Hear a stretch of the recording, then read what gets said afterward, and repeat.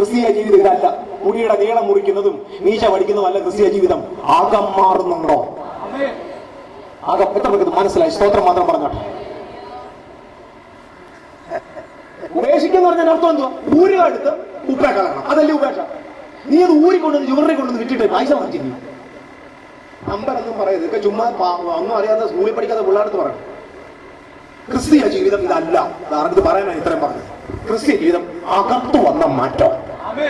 എത്ര പേർക്ക് അത് ആഗ്രഹിക്കുന്നുണ്ട്? അതുകൊണ്ടാണ് പൗലോസ് പറഞ്ഞത്, പത്രോസ് പറഞ്ഞത്, മക്കളെ മുടി പിന്നുന്നതിലും വസ്ത്രം ധരിക്കുന്നതിലും പൊന്നണിയുന്നതിലും അല്ല അലങ്കാരം, അകത്ത മനുഷ്യന്റെ അലങ്കാരം. അപ്പൊ അതിനകത്ത് നമ്മൾ ഒരെണ്ണം എടുക്കത്തില്ല. ഏതാ പൊന്നണിയുന്നത്?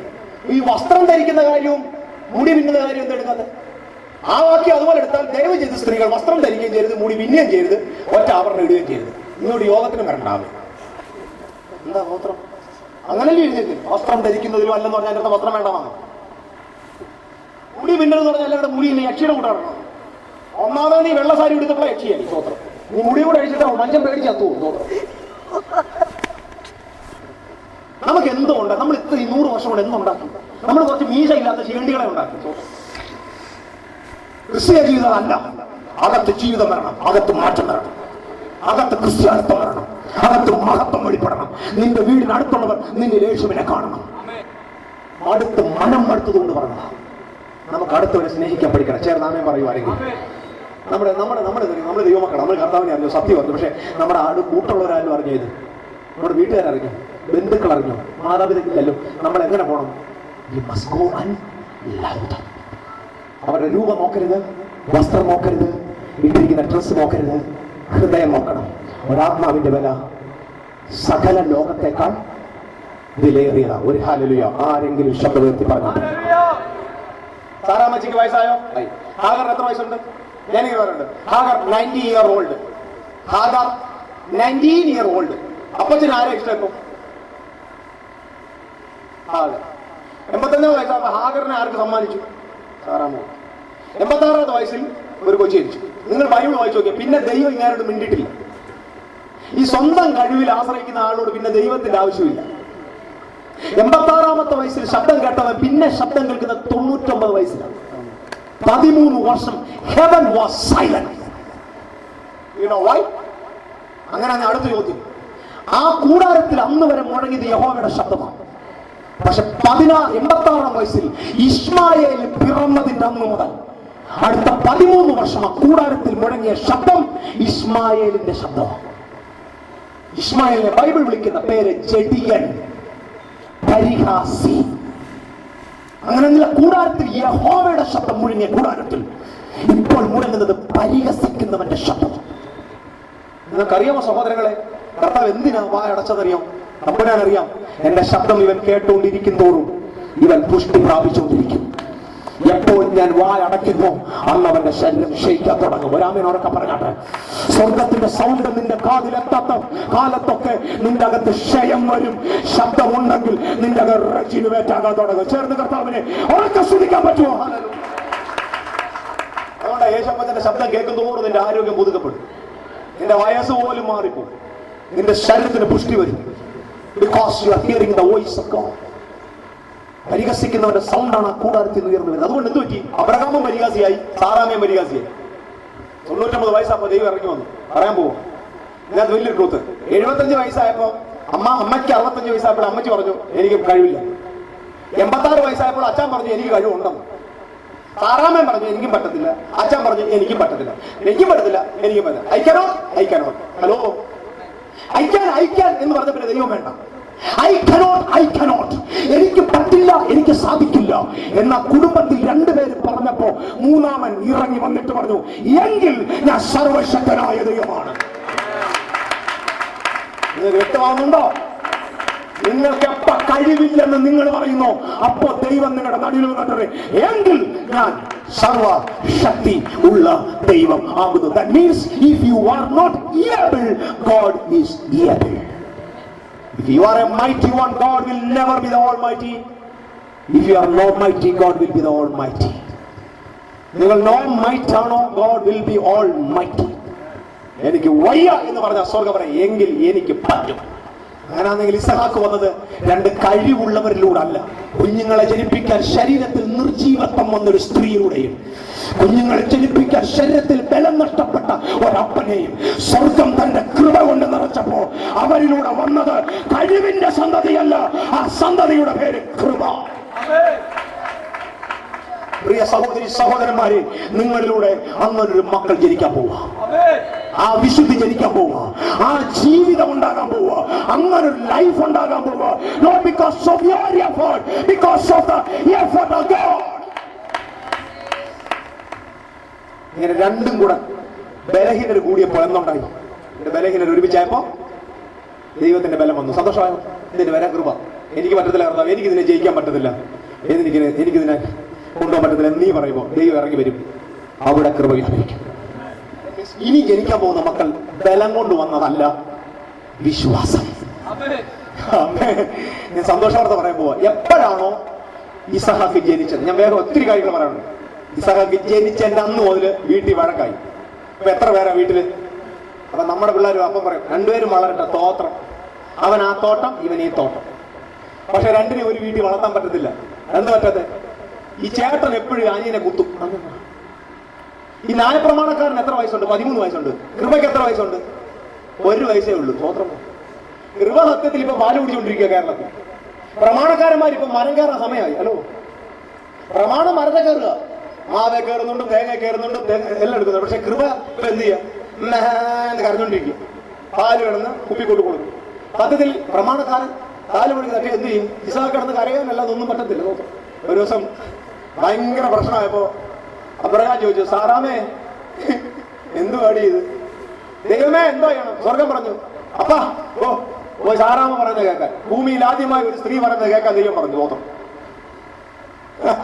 ഈ ആദാമിന് ദൈവം ശിക്ഷ കൊടുത്തത് തന്നെ സ്ത്രീയുടെ വാക്ക് കേട്ടോണ്ട്.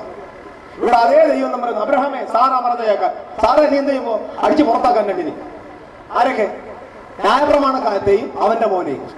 എന്ന് പറഞ്ഞാൽ അബ്രഹാമിന്റെ വീട്ടിൽ കൃപയും പ്രമാണവും വേണ്ട, കൃപ മതി, പ്രമാണവും കുടുംബവും വെളി പൊക്കോളാൻ. അങ്ങനെയാണ് ഇവിടുത്തെ പ്രമാണക്കാരൻ വന്നത്. പറ്റത്തില്ല. അതാ ഇസഹാക്കിന് 1 വയസ്സേ ഉള്ളൂ. സ്തോത്രം. ഇസഹാക്കിന് പാല് കൊടുക്കുവാൻ, സെർലാക്ക് കൊടുക്കുവാൻ, ഞാൻ കൂടെ കലക്കി കൊടുക്കുവാൻ. സ്തോത്രം. നമുക്ക് വേലക്കാരിയായിട്ട് ആരെ നിർത്തുന്നു? എന്നോട് പിണങ്ങല്ലേ? നമ്മുടെ ഒരുപാട് സഭയിലെ വേലക്കാരി ഇപ്പൊ ആരാ? ഹാഗറ.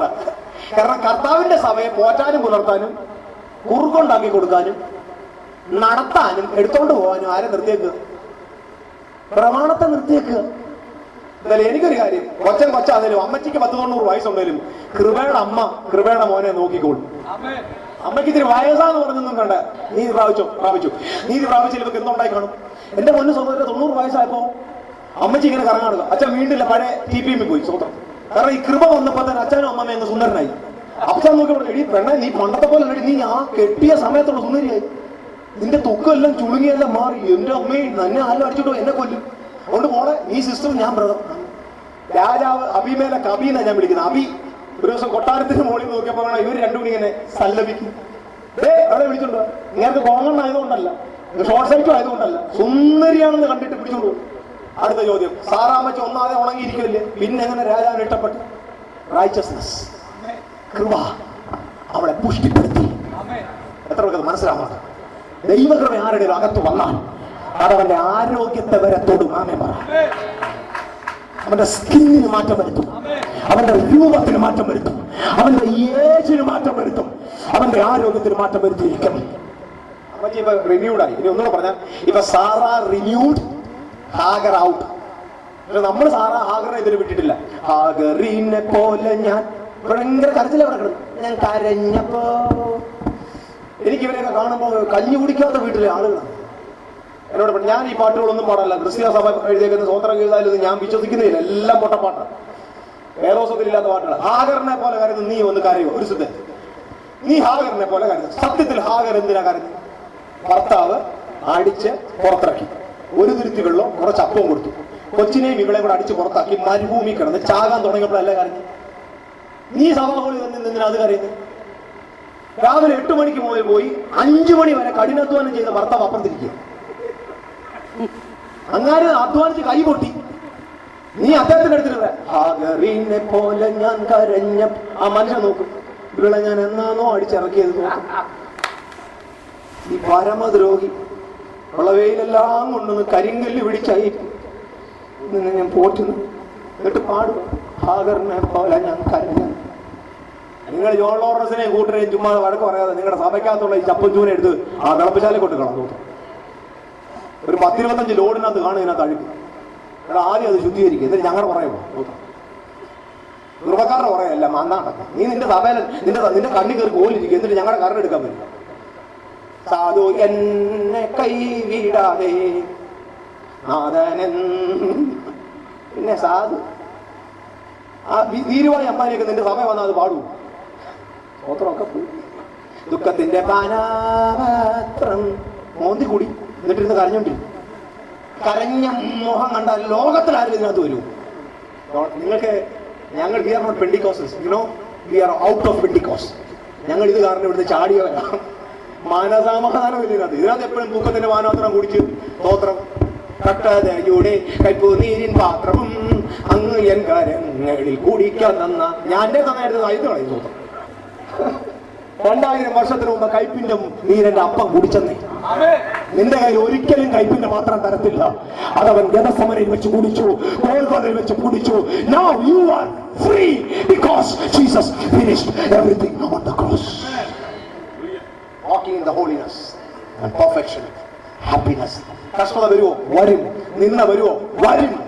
പക്ഷേ നിന്നെ തളർത്തിയിടാൻ പറ്റത്തില്ല. Because you are walking in holiness and happy and rejoicing. ചേർന്നേശുവിനെ സ്തോത്രം ചെയ്താണ്. ഹല്ലേലൂയ.